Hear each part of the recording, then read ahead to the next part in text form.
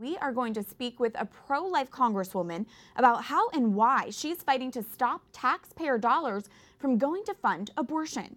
You don't have to be staunchly pro-life like me to be appalled by the thought of harvesting and trafficking aborted babies' body parts for profit. That's Alabama Representative Martha Roby supporting the pro-life provisions in the funding bill Make America Secure and Prosperous Appropriations Act. In her September speech on the House floor, Roby claims the bill would disincentivize the abortion industry from researching and profiting off of fetal tissue and would steer public funding away from abortion providers.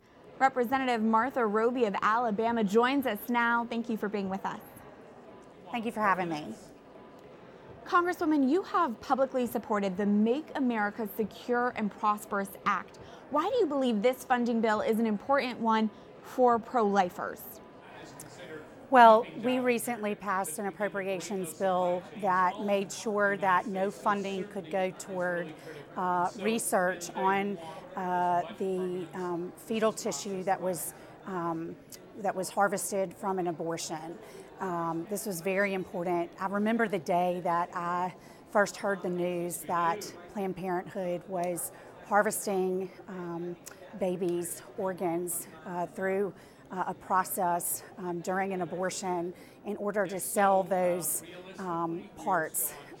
It was devastating, and really I just remember where I was sitting, and I immediately went to the floor of the House to speak on this. I was only given 1 minute, but I made it very clear that day that I was not going to stop until we put an end to this.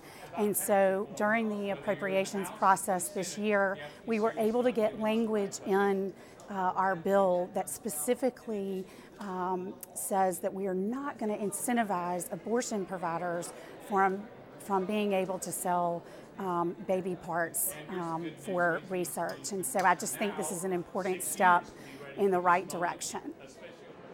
When the 2015 undercover Planned Parenthood videos were first released, there was a lot of attention on the abortion industry and whether or not Planned Parenthood was profiting from aborted baby body parts. Has enough been done to investigate that, and what more would you like to see?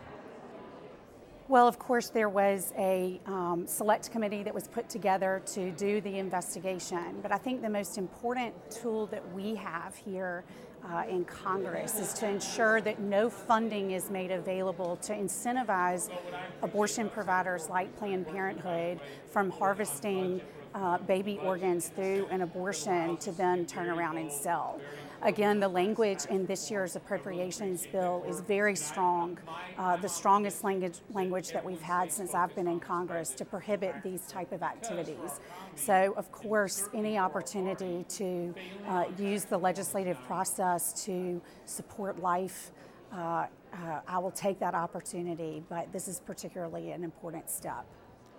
Provisions in this funding bill prohibit public health funding to abortion providers, but can you explain, Congresswoman, why you think that is necessary if the Hyde Amendment already prevents tax dollars from funding abortion? Right, again, this is about doing away with an incentive for abortion providers to harvest these baby parts to then turn around and sell to researchers. And so this bill specifically prohibits any funding for going to research that is done on aborted babies. Representative Roby, pro-lifers are often painted as being anti-woman. As a woman who is pro-life, how do you respond to that?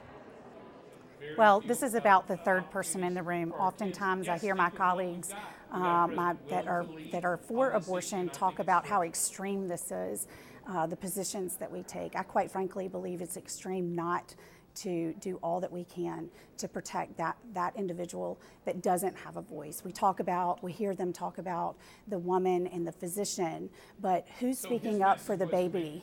And so, again, every opportunity I'm unapologetically pro-life, and any opportunity to stand up and defend that unborn child, I will take that opportunity.